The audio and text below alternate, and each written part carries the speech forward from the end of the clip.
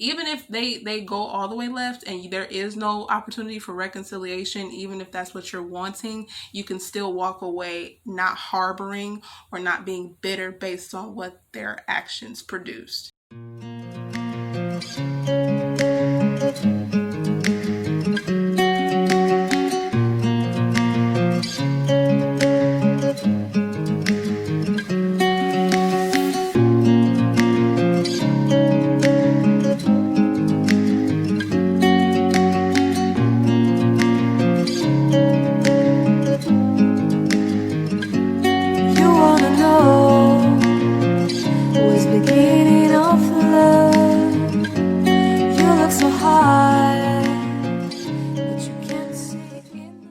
What is up, YouTube family? This is your girl, RaylaMoore, back with another video of Let's Talk, where we encourage, empower, and enlighten. Thank y'all so much for joining me today. Y'all, it is week 2 of the Four Corners project for the month of February, and I am excited. I am lit, okay? If you were with us last week, we talked about the first corner. It's entitled Home is Where the Heart Starts, dealing with the relationship that we have with our families and what the family really represents, what it gives, what it offers, what they teach, right? Them being the very first teachers.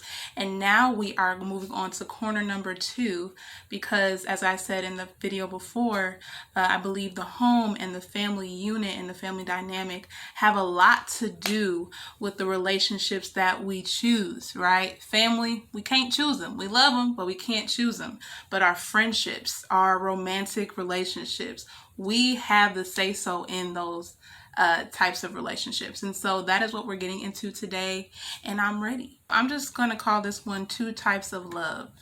I believe in from what I've experienced, that there are 2 possible ways that people in general, whether they be friends, otherwise, there are 2 ways in which someone can love you. This is the part of our lives where we are literally giving permission, right, for people to come in and to take space and to take time and to take energy and to take effort, whether it's a friendship or a romantic relationship. It's a very sensitive, I think should be taken more sensitively, because we are kind of the gatekeepers to our emotions, or the gatekeepers to who we allow in and who we want to stay away. We have a lot of control there. And I think sometimes if that's not showcased in the home, or the family doesn't reveal that authority to you, when you go out into the world, you just kind of let anything happen, anything slide, you're down for whatever, without really having any awareness that you have a choice and that you do have a power to let certain things in and to keep certain things out. And I wanted to talk about that in this particular video because I think it's a good indicator when we understand those 2 types of love to know what relationships are good for us. So the 2 types of love that I'm going to talk about are very simple, but are very useful, right, to know. The first is loving someone selflessly, right? And the second is to love someone selfishly. So what I've come to understand is that when you love someone selfishly, right? If I love you for me, that means that I have somewhat of, I don't want to say an agenda, but there can be a motive attached to why I love you, right? There can be some sort of attachment that I have to you that may not be completely just because I love you for you, but it may be because there's something in me that's either being fulfilled from you, that's being cultivated by you, that's being made the better because of you, or advancing me because you're in my life. Those can be kind of selfish reasons to love someone.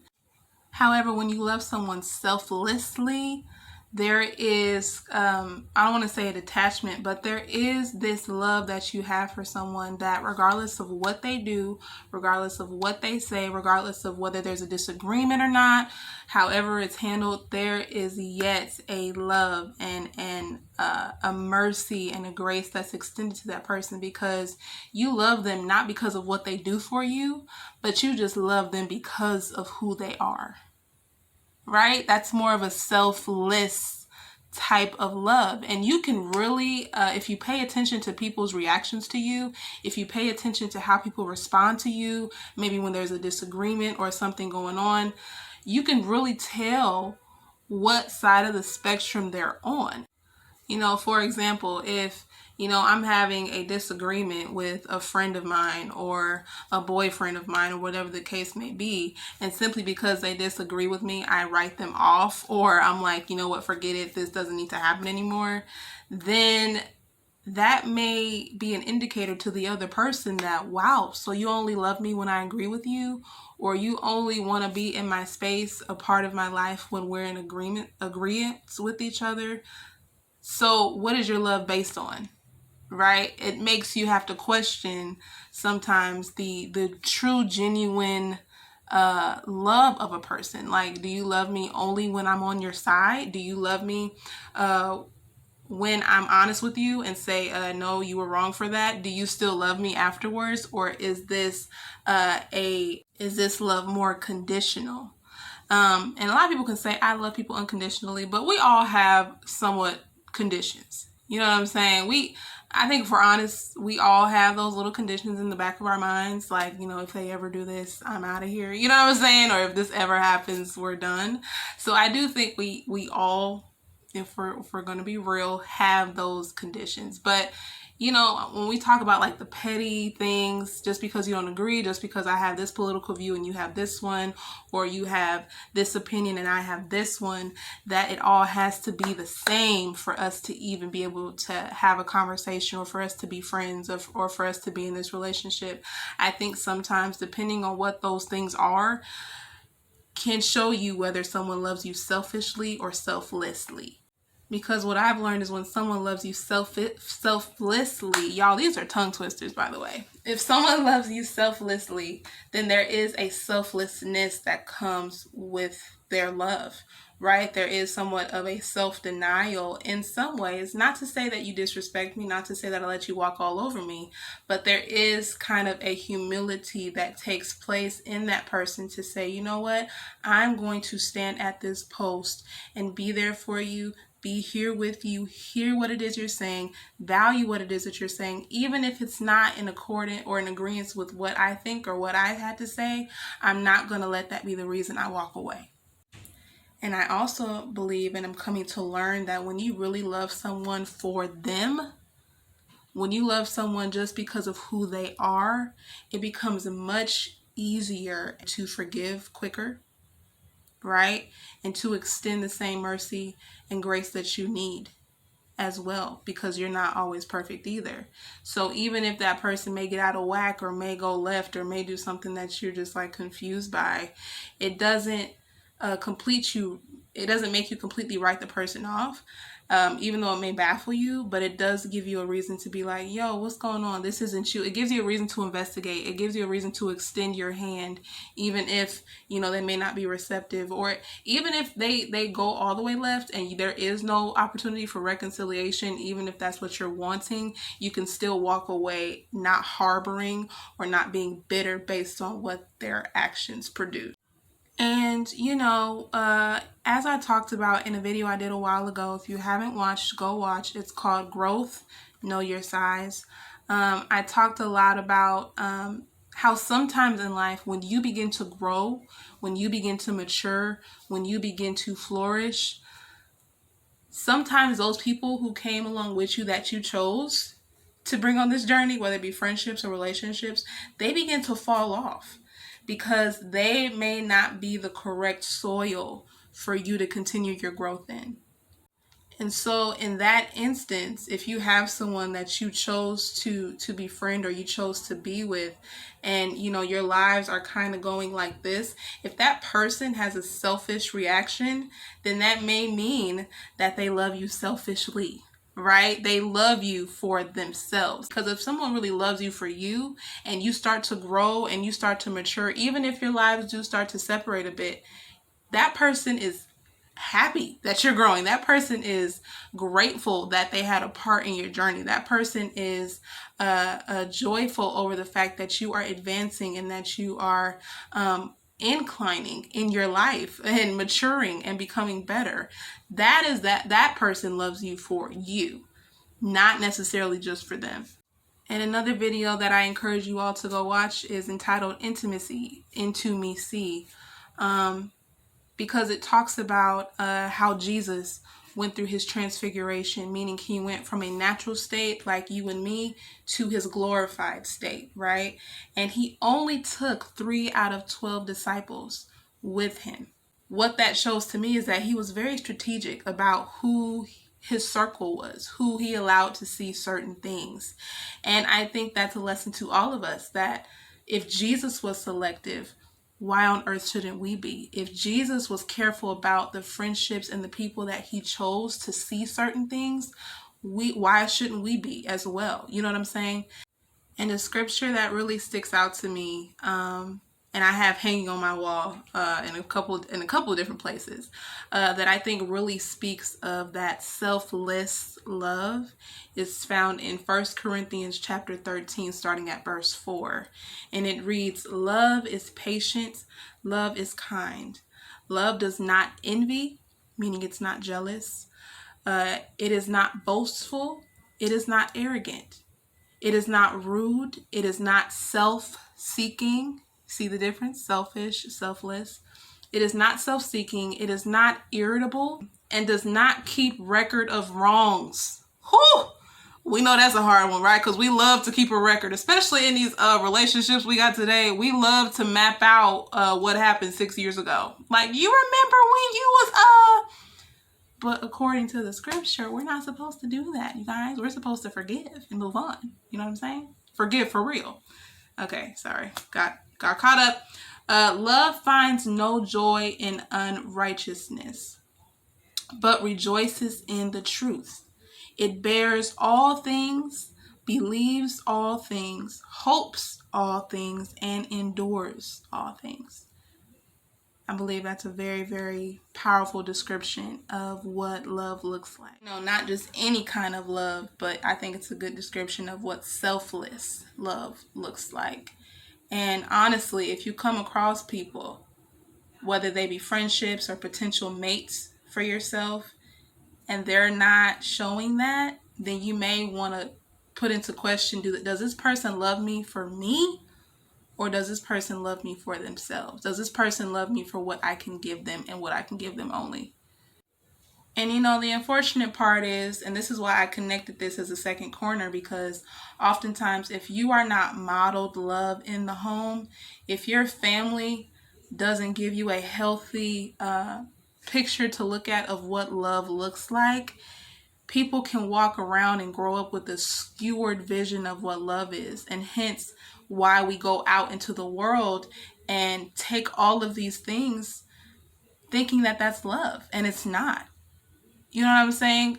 We can find love in abusive situations if we have a skewed mentality of love, thinking that they love us so much that it takes them to put their hands on us. We can think sex is love when sex has nothing to do with really loving someone. It's an expression of love, but it's not love. There's so much more to love and expressing love to someone. But again, if you don't have a holistic idea of what love is, then you would accept anything, especially if it was not modeled where you started, where the heart started, right?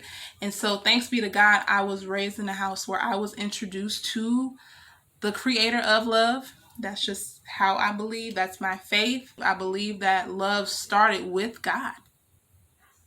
It did. Because where did the concept of love come from anyway? And I believe that through Jesus Christ, he literally lived a life of selfless love. John 3:16, for God so loved the world that he gave, selfless, his only begotten son. He didn't have other sons. He only had one, and he gave it to die for the world. He was so sacrificial with his love. And according to 1 Corinthians, the image that we are to follow, that is what love looks like. We were given a very, very good picture.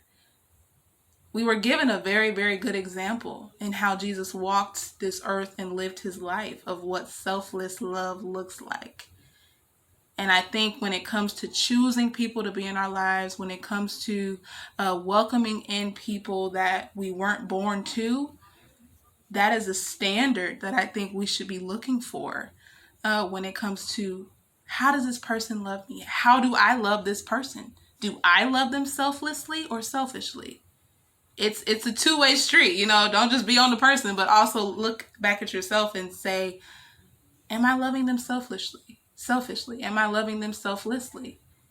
Am I getting anything out of this? Is that the only reason I'm here? Start investigating and asking those questions because they are so important. So I'm done, you guys. That was really the conclusion of this video.